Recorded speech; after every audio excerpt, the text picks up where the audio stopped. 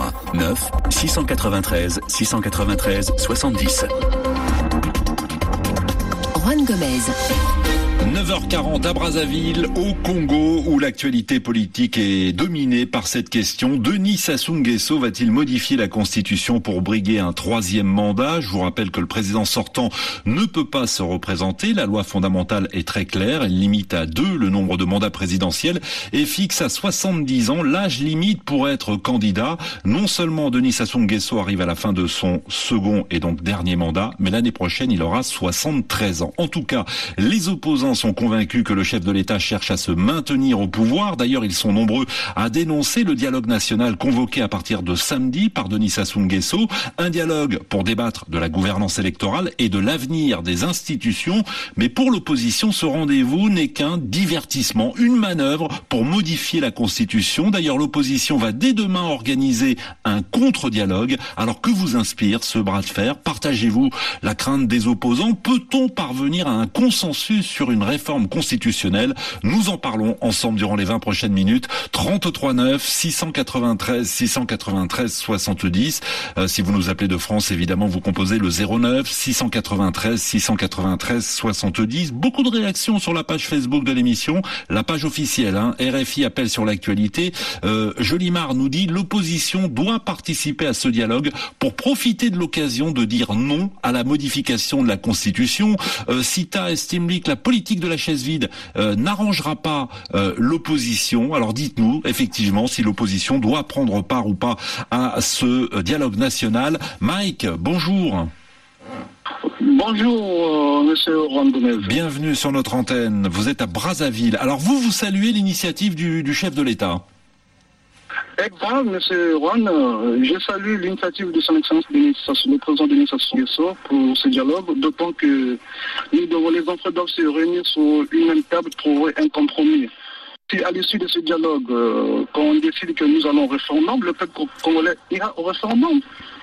Il n'y a pas de problème à cela. Toute constitution est modifiable. Qui a voté cette constitution? C'est le peuple congolais. Ouais. Si le peuple congolais aujourd'hui décide de modifier la constitution, que le président Denis Sassou Nguesso reste au pouvoir, il n'y a pas de problème à cela. Donc le dernier mot reviendra à la population si un référendum est organisé.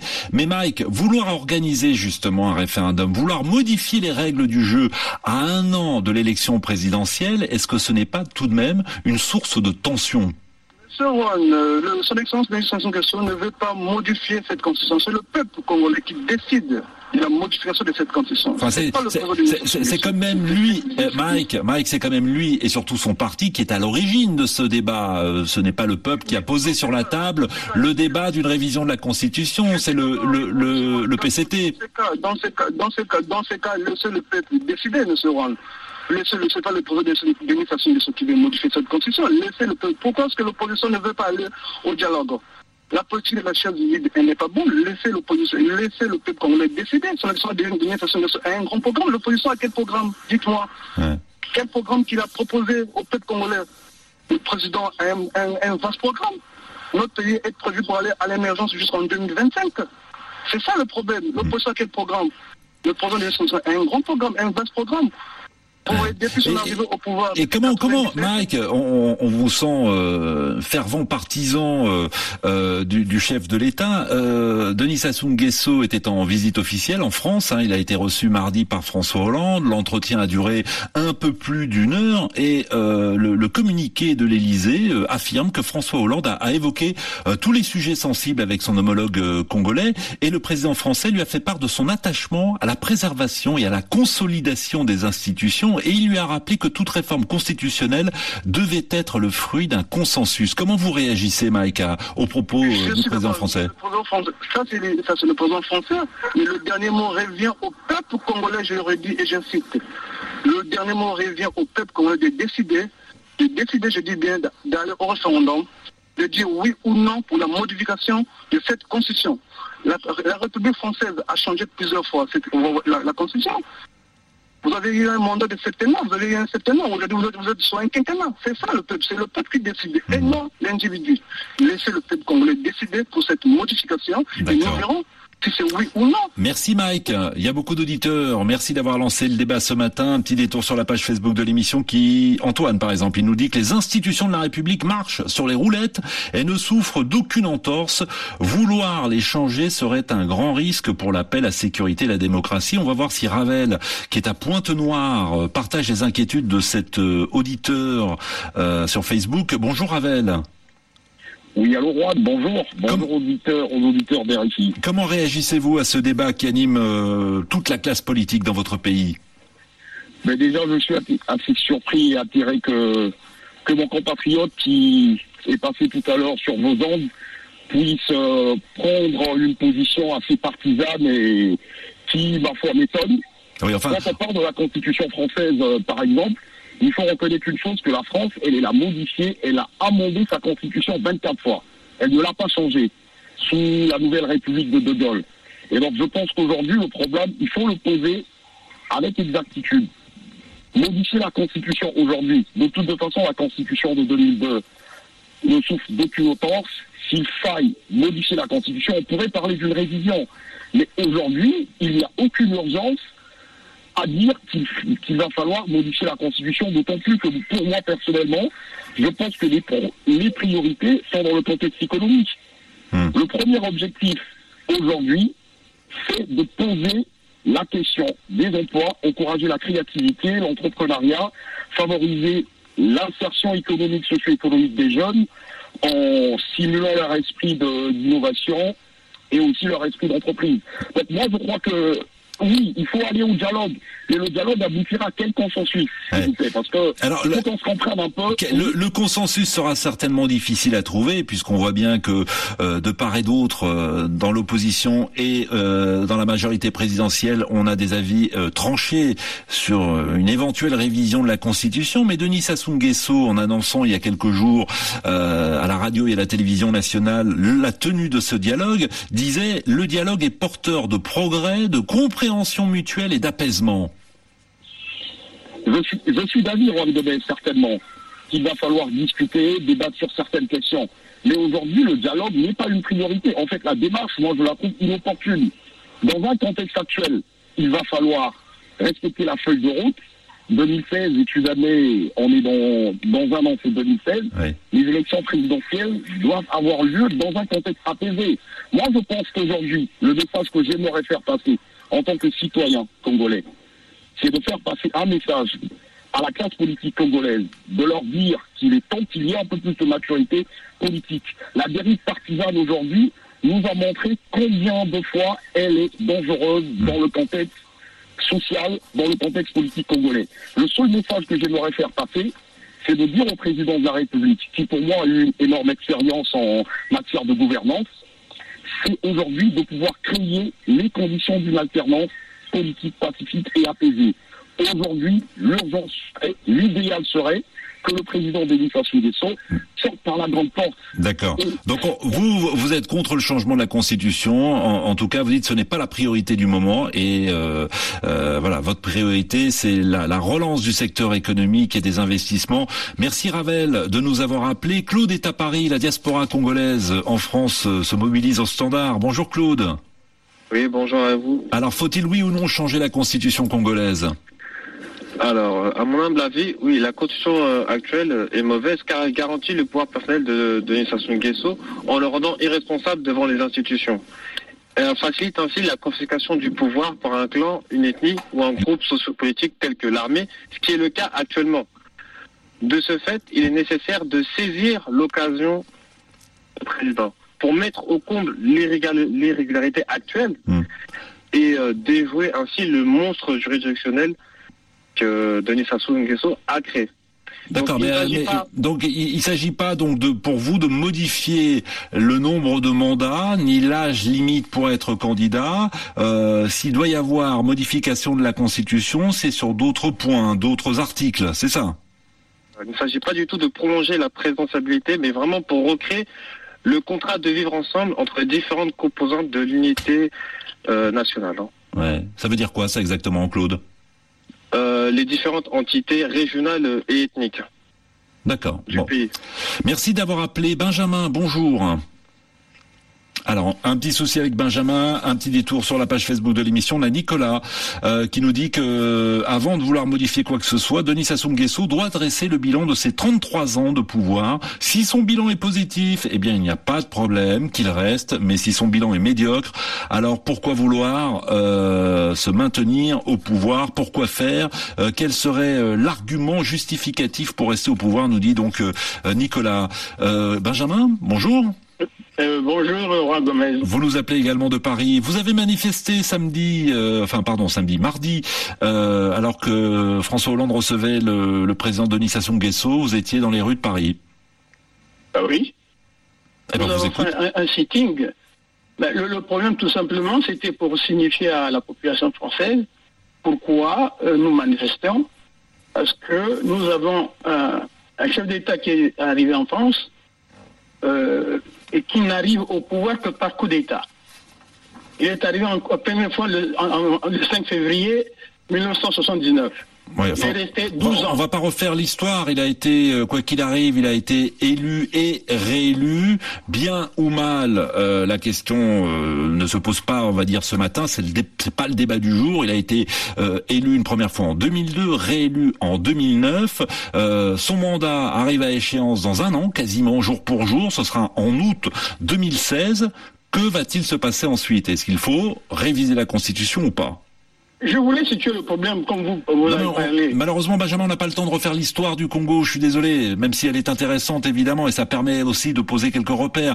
Mais vous, pourquoi vous avez manifesté mardi, Benjamin? Tout simplement pour signifier que il est arrivé en fin de mandat, le 12 août 2016, et avant ça, l'opposition a demandé un dialogue. Ça fait depuis longtemps qu'on demande le dialogue. Oui. D'abord, il y a eu un dialogue qui s'est passé à Brazzaville, un autre à Evo, le troisième à Dolisie, et il n'a jamais respecté les clauses de ces dialogues. Ouais, mais enfin, excusez-moi, vous-même vous le dites, Benjamin, ça fait des mois et des mois que l'opposition réclame un dialogue national. Maintenant que le chef de l'État convoque justement la nation pour ce dialogue national, l'opposition dit, eh ben, on va certainement boycotter. Non, voilà, non, c'est faux. Ah bon? Resituer le problème. L'opposition, là, qui a demandé le dialogue, à la fin, le dernier, c'était pour qu'on puisse se rencontrer en mars dernier, il n'a pas répondu. Aujourd'hui, il répond.